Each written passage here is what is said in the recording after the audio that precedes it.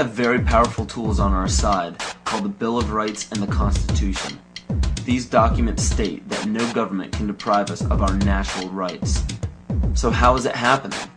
You must understand that the elite group controlling our government, our educational system, agriculture, and media are also in control of our free enterprise.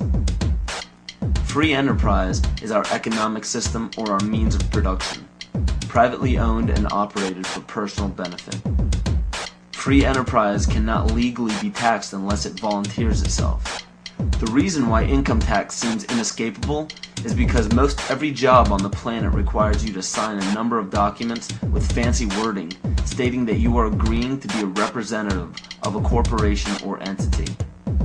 What all of this means is simply that when you sign working papers, which are required by pretty much every employer that you apply to, you are waiving your rights as a natural person protected under the Constitution and agreeing to represent an artificial person that is not protected under the Constitution.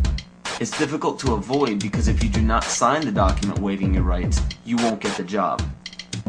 So why does every employer voluntarily pay taxes, which leads to the requirement of those documents? Because without doing so, the business loses all state and federal benefits provided to private or commercial business. And furthermore, most people simply accept the mistruth that income tax is required by law without investigating it. When your name is presented on a document with the first letter of your first and last name capitalized, it represents capitis diminutia minima, which occurs when a man's family relations alone were changed. It's a minimal loss of rights. When your last name appears in capital letters, it represents capitis diminutia media, which occurs when a man loses his rights of citizenship but not his rights to liberty. This means you can be fined and penalized but not enslaved or imprisoned. But when your entire name is capitalized on any document, it represents capitis diminutia maxima, which states that a man's condition changes from freedom to bondage. All rights of citizenship and family rights are surrendered. This means you can be fined, imprisoned, and enslaved in any amount for any duration at the whim of the state's suggestion. But it is important to note that if you do not legally bind yourself to these documents stating that you waive your rights and represent a corporation, you do not have to attend any court. There are two kinds of law on the earth, as I've said. One is called civil law, which is the law of the land, and one is called maritime admiralty, which is called the law of water. The maritime admiralty is banking law. So consequently, the corporation and government and people who want to control you, they create a second you, and that second you that they control, that they created, is all capital letters. Check it out. Anytime you get a bill, get a lawsuit, you get a fine, a ticket, somebody sends you a bill from the Department of Water and Power, check it out on your driver's license, on your Social Security card, on your insurance cards. Anything having to do with business, your name will always be in all capital letters, because only all capital letters can be dealt with by banks and government.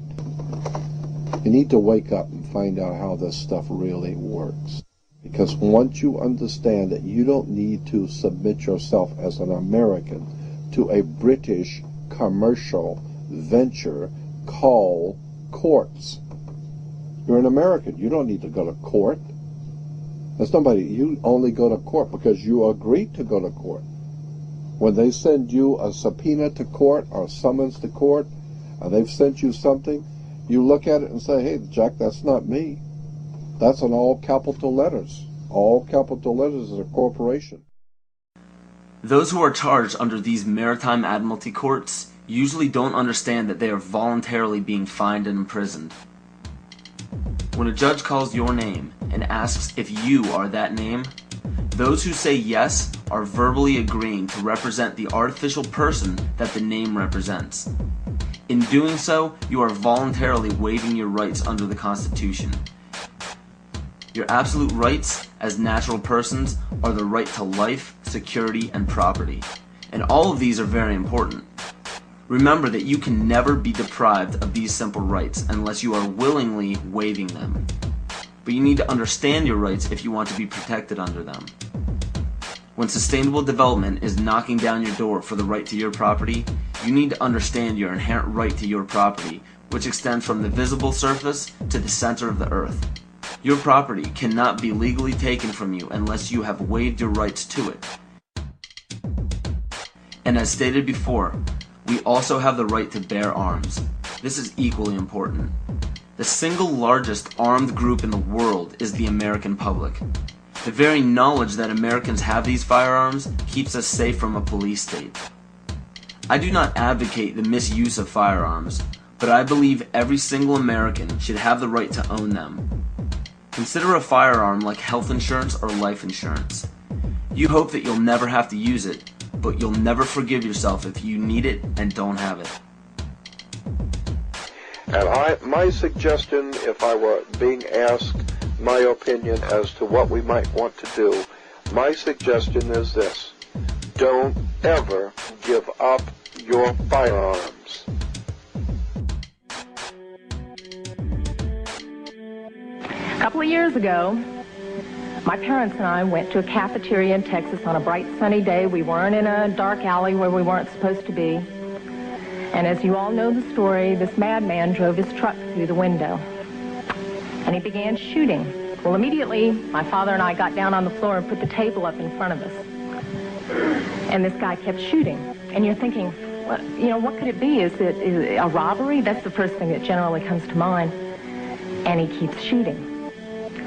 It took me a good 45 seconds to realize that this man wasn't there to commit a robbery. He wasn't there for a hit. He was there to simply shoot as many people as he possibly could. I can tell you that I'm not mad at the guy that did this. As he continued, it was obvious that he was a madman. My father at that point said, I've got to do something. I've got to do something. He's going to kill everybody in here. And he rushed the man. No way. The guy turned, shot him in the chest. He went down, was obviously mortally wounded. For whatever reason, that made the man change directions and go off to my left. Shortly thereafter, someone at the back of the restaurant broke out a window. When I saw what looked like an opportunity to escape, I turned around and I grabbed my mother by the shirt and I said, come on, we've got to run, we've got to get out of here. And then my feet grew wings and I was out the back window. As soon as I got out, I realized that my mother had not followed me out. And as I learned from the police officers, she had crawled over to where my father was and cradled him until the guy got back around to her, put the gun to her head. She looked up at him, put her head down, and he pulled the trigger.